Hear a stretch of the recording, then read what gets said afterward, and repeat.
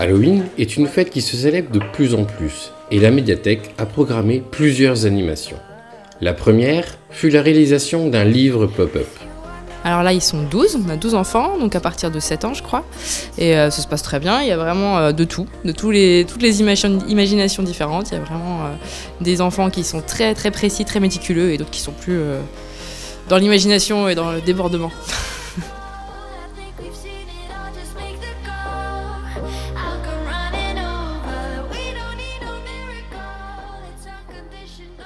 Là où sorcières, monstres et princesses se côtoient dans les dessins, l'imagination est une qualité plus qu'importante dans les arts plastiques.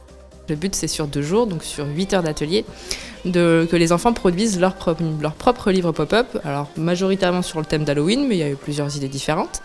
Donc sur la première matinée, je leur ai un petit peu expliqué des bases du pop-up, des trucs techniques très simples, pour qu'en plus ensuite après, ils puissent développer leurs propres images et puis commencer à faire leur décor personnalisé. Rares sont les ateliers qui durent aussi longtemps à la médiathèque. Fiers de leur réalisation, les enfants nous les font découvrir.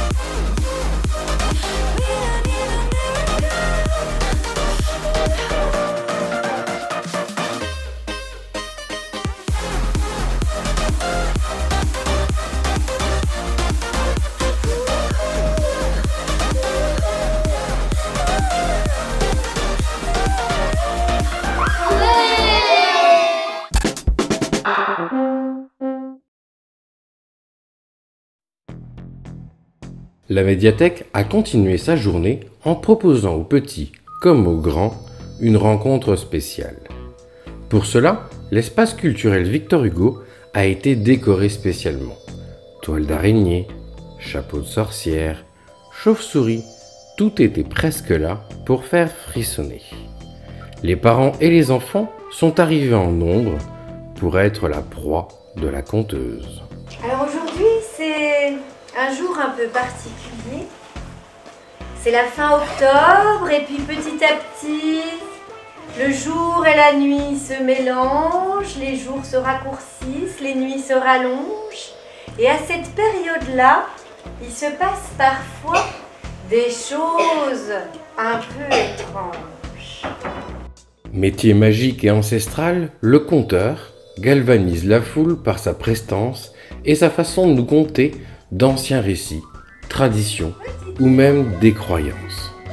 Il fut un temps où le conteur relatait des récits de vie, du temps où l'alphabétisation n'était pas effective partout. Je ne les invente pas, les histoires. Par contre, je les adapte. Donc, dans ceux que je vais raconter ce soir, il y en a un qui m'a été transmis oralement et 2 que j'ai découverts dans des livres de contes, quoi.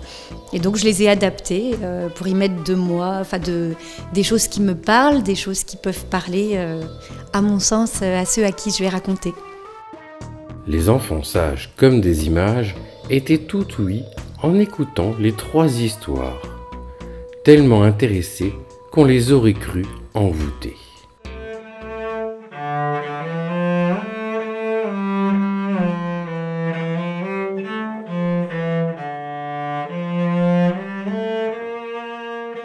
Le métier de conteur, c'est un peu un métier de passeur. Le but, c'est de pouvoir transmettre des histoires.